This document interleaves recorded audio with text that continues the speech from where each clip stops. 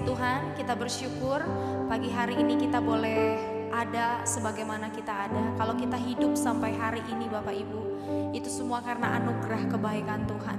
Sebab segala sesuatu yang kita miliki hari ini, bahkan nafas hidup kita, itu semua adalah pemberian Tuhan. Sebab itu kalau kita mau datang sama Tuhan pagi hari ini, yuk kita bawa hati kita, sikap hati kita yang terbaik buat Tuhan. Sebab Dia sudah memberi yang terbaik buat Bapak Ibu dan saya. Mari kita siapkan hati kita untuk menyembah Tuhan. Mari sama-sama kita berdoa. Biarlah hati kami betul-betul menyadari Tuhan, bahwa segala sesuatu yang ada di dalam hidup kami itu berasal dari Engkau Tuhan. Dan biarlah kami tetap memiliki hati yang kagum akan Tuhan. Kami tetap memiliki hati yang hormat kepada Tuhan. Kami betul-betul menghargai dan menghormati kehadiran-Mu dalam setiap kehidupan kami Tuhan. Biarlah pagi hari ini kami datang untuk menyembah-Mu dengan segenap hati kami, dengan sungguh-sungguh hati, supaya betul-betul penyembahan kami itu berkenan di hati Tuhan. Terima kasih Bapa yang baik. Kami datang, kami menyembah-Mu dengan sungguh-sungguh Tuhan.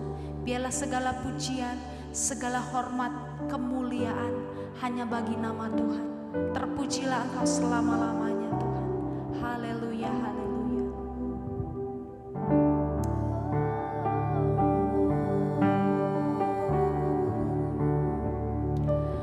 Kau sungguh indah tiada taranya,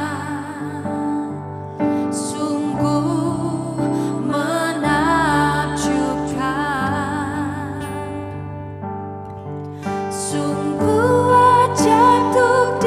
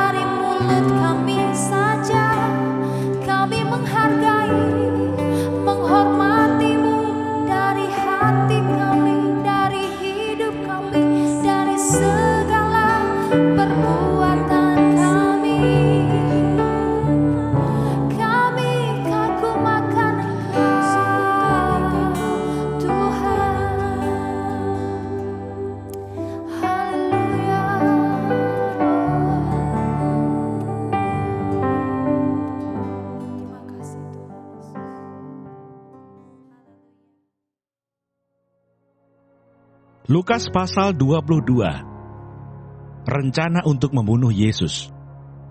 Hari Raya Roti Tidak Beragi yang disebut Paskah sudah dekat.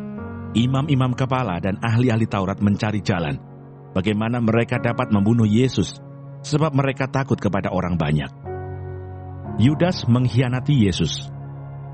Maka masuklah iblis ke dalam Yudas yang bernama Iskariot, seorang dari ke-12 murid itu. Lalu pergilah Yudas kepada imam-imam kepala dan kepala-kepala pengawal bait Allah dan berunding dengan mereka bagaimana ia dapat menyerahkan Yesus kepada mereka. Mereka sangat gembira dan bermufakat untuk memberikan sejumlah uang kepadanya. Ia menyetujuinya, dan mulai dari waktu itu ia mencari kesempatan yang baik untuk menyerahkan Yesus kepada mereka tanpa setahu orang banyak. Persiapan untuk makan Paskah. Maka tibalah hari Raya Roti Tidak Beragi, yaitu hari di mana orang harus menyembelih domba Paskah. Lalu Yesus menyuruh Petrus dan Yohanes, katanya, "Pergilah, persiapkanlah perjamuan Paskah bagi kita, supaya kita makan." Kata mereka kepadanya, "Di manakah engkau kehendaki kami mempersiapkannya?" Jawabnya, "Apabila kamu masuk ke dalam kota, kamu akan bertemu dengan seorang yang membawa kendi berisi air. Ikutilah dia ke dalam rumah yang dimasukinya, dan katakanlah kepada tuan rumah itu, 'Guru bertanya kepadamu, di manakah ruangan tempat aku bersama-sama dengan murid-muridku akan makan Paskah?' Lalu orang itu akan menunjukkan kepadamu sebuah ruangan atas yang besar yang sudah lengkap. Disitulah kamu harus mempersiapkannya." Maka berangkatlah mereka dan mereka mendapati semua seperti yang dikatakan Yesus kepada mereka. Lalu mereka mempersiapkan Paskah. Penetapan perjamuan malam. Ketika tiba saatnya, Yesus duduk makan bersama-sama dengan rasul-rasulnya. Katanya kepada mereka, "Aku sangat rindu makan Paskah ini bersama-sama dengan kamu sebelum aku menderita. Sebab aku berkata kepadamu, aku tidak akan memakannya lagi sampai ia beroleh kegenapannya dalam kerajaan Allah." Kemudian ia mengambil sebuah cawan, mengucap syukur, lalu berkata, "Ambillah ini dan bagikanlah di antara kamu. Sebab aku berkata kepada kamu, mulai dari sekarang ini, aku tidak akan minum lagi hasil pokok anggur sampai kerajaan Allah telah datang." Lalu ia mengambil roti, mengucap syukur, memecah-mecahkannya, dan memberikannya kepada mereka, katanya, "Inilah tubuhku yang diserahkan bagi kamu. Perbuatlah ini menjadi peringatan akan aku." Demikian juga dibuatnya dengan cawan sesudah makan. Ia berkata, "Cawan ini adalah perjanjian baru oleh darahku, yang ditumpahkan bagi kamu. Tetapi lihat, tangan orang yang menyerahkan aku ada bersama dengan aku di meja ini. Sebab Anak Manusia memang akan pergi seperti yang telah ditetapkan. Akan tetapi celakalah orang yang olehnya ia diserahkan." Lalu mulailah mereka mempersoalkan siapa di antara mereka yang akan berbuat demikian. Percakapan waktu perjamuan malam. Terjadilah juga pertengkaran di antara murid-murid Yesus. Siapakah yang dapat dianggap terbesar di antara mereka? Yesus berkata kepada mereka, "Raja-raja bangsa-bangsa memerintah rakyat mereka, dan orang-orang yang menjalankan kuasa atas mereka disebut pelindung-pelindung. Tetapi kamu tidaklah demikian, melainkan yang terbesar di antara kamu hendaklah menjadi sebagai yang paling muda dan pemimpin sebagai pelayan. Sebab siapakah yang lebih besar, yang duduk makan atau yang melayani? Bukankah dia yang duduk makan? Tetapi aku ada di tengah-tengah kamu sebagai pelayan. Kamulah yang tetap tinggal bersama-sama dengan aku dalam segala pencobaan yang aku alami. Dan aku menentukan hak-hak kerajaan bagi kamu, sama seperti Bapakku menentukannya bagiku. Bahwa kamu akan makan dan minum semeja dengan aku di dalam kerajaanku, dan kamu akan duduk di atas tahta untuk menghakimi ke-12 suku Israel. Simon, Simon, lihat, iblis telah menuntut untuk menampi kamu seperti gandum. Tetapi aku telah berdoa untuk engkau, supaya imanmu jangan gugur. Dan engkau, jikalau engkau sudah insaf, kuatkanlah saudara-saudaramu." Jawab Petrus, "Tuhan, aku bersedia masuk penjara dan mati bersama-sama dengan engkau." Tetapi Yesus berkata, "Aku berkata kepadamu, Petrus, hari ini ayam tidak akan berkokok sebelum engkau 3 kali menyangkal bahwa engkau mengenal aku." Lalu ia berkata kepada mereka, "Ketika aku mengutus kamu dengan tiada membawa pundi-pundi, bekal dan kasut, adakah kamu kekurangan apa-apa? Jawab mereka. Suatu pun tidak, katanya kepada mereka. Tetapi sekarang ini siapa yang mempunyai pundi-pundi, hendaklah ia membawanya. Demikian juga yang mempunyai bekal, dan siapa yang tidak mempunyainya, hendaklah ia menjual jubahnya dan membeli pedang. Sebab aku berkata kepadamu, bahwa nas kitab suci ini harus digenapi padaku. Ia akan terhitung di antara pemberontak-pemberontak. Sebab apa yang tertulis tentang aku sedang digenapi, kata mereka. Tuhan, ini 2 pedang, jawabnya. Sudah cukup. Di Taman Getsemani. Lalu pergilah Yesus keluar kota dan sebagaimana biasa, ia menuju Bukit Zaitun. Murid-muridnya juga mengikuti dia. Setelah tiba di tempat itu, ia berkata kepada mereka, berdoalah supaya kamu jangan jatuh ke dalam pencobaan. Kemudian ia menjauhkan diri dari mereka, kira-kira sepelempar batu jaraknya. Lalu ia berlutut dan berdoa, katanya, ya Bapakku, jikalau engkau mau, ambillah cawan ini daripadaku. Tetapi bukanlah kehendakku, melainkan kehendak-Mu lah yang terjadi. Maka seorang malaikat dari langit menampakkan diri kepadanya untuk memberi kekuatan kepadanya. Ia sangat ketakutan dan makin bersungguh-sungguh berdoa. Peluhnya menjadi seperti titik-titik darah yang bertetesan ke tanah. Lalu ia bangkit dari doanya dan kembali kepada murid-muridnya. Tetapi ia mendapati mereka sedang tidur karena duka cita. Katanya kepada mereka, mengapa kamu tidur? Bangunlah dan berdoalah, supaya kamu jangan jatuh ke dalam pencobaan. Yesus ditangkap. Waktu Yesus masih berbicara, datanglah serombongan orang, sedang muridnya yang bernama Yudas, seorang dari ke-12 murid itu, berjalan di depan mereka. Yudas mendekati Yesus untuk menciumnya. Maka kata Yesus kepadanya, hai Yudas, engkau menyerahkan Anak Manusia dengan ciuman. Ketika mereka yang bersama-sama dengan Yesus melihat apa yang akan terjadi, berkatalah mereka, Tuhan, mestikah kami menyerang mereka dengan pedang? Dan seorang dari mereka menyerang hamba imam besar, sehingga putus telinga kanannya. Tetapi Yesus berkata, sudahlah itu. Lalu ia menjamah telinga orang itu dan menyembuhkannya. Maka Yesus berkata kepada imam-imam kepala dan kepala-kepala pengawal bait Allah, serta tua-tua yang datang untuk menangkap dia, katanya, sangkamu aku ini penyamun, maka kamu datang lengkap dengan pedang dan pentung. Padahal tiap-tiap hari aku ada di tengah-tengah kamu, di dalam bait Allah, dan kamu tidak menangkap aku. Tetapi inilah saat kamu, dan inilah kuasa kegelapan itu. Petrus menyangkal Yesus. Lalu Yesus ditangkap dan dibawa dari tempat itu. Ia digiring ke rumah imam besar, dan Petrus mengikut dari jauh. Di tengah-tengah halaman rumah itu orang memasang api, dan mereka duduk mengelilinginya. Petrus juga duduk di tengah-tengah mereka. Seorang hamba perempuan melihat dia duduk dekat api. Ia mengamat-amatinya, lalu berkata, juga orang ini bersama-sama dengan dia. Tetapi Petrus menyangkal, katanya, bukan, aku tidak kenal dia. Tidak berapa lama kemudian seorang lain melihat dia lalu berkata, engkau juga seorang dari mereka. Tetapi Petrus berkata, bukan, aku tidak. Dan kira-kira sejam kemudian, seorang lain berkata dengan tegas, sungguh, orang ini juga bersama-sama dengan dia, sebab ia juga orang Galilea. Tetapi Petrus berkata, bukan, aku tidak tahu apa yang engkau katakan. Seketika itu juga, sementara ia berkata, berkokoklah ayam. Lalu berpalinglah Tuhan memandang Petrus. Maka teringatlah Petrus bahwa Tuhan telah berkata kepadanya, sebelum ayam berkokok pada hari ini, engkau telah 3 kali menyangkal aku.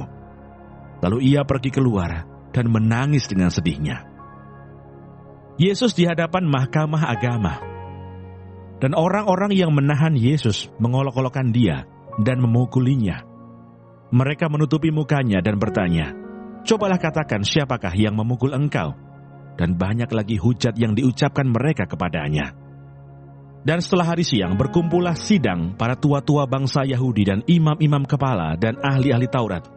Lalu mereka menghadapkan dia ke mahkamah agama mereka, katanya, jikalau engkau adalah Mesias, katakanlah kepada kami. Jawab Yesus, sekalipun aku mengatakannya kepada kamu, namun kamu tidak akan percaya. Dan sekalipun aku bertanya sesuatu kepada kamu, namun kamu tidak akan menjawab. Mulai sekarang Anak Manusia sudah duduk di sebelah kanan Allah yang Maha Kuasa." Kata mereka semua, "Kalau begitu engkau ini anak Allah." Jawab Yesus, "Kamu sendiri mengatakan bahwa akulah anak Allah." Lalu kata mereka, "Untuk apa kita perlu kesaksian lagi? Kita ini telah mendengarnya."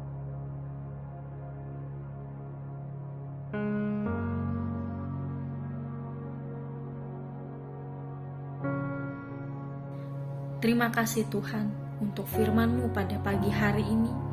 Sungguh mengingatkan kami Tuhan untuk kami hidup semakin hari semakin berkenan di hadapan Tuhan.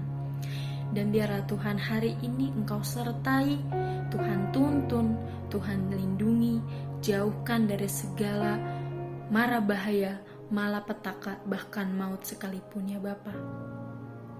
Bapa kami yang di surga, dikuduskanlah nama-Mu. Datanglah kerajaan-Mu, jadilah kehendak-Mu di bumi seperti di surga.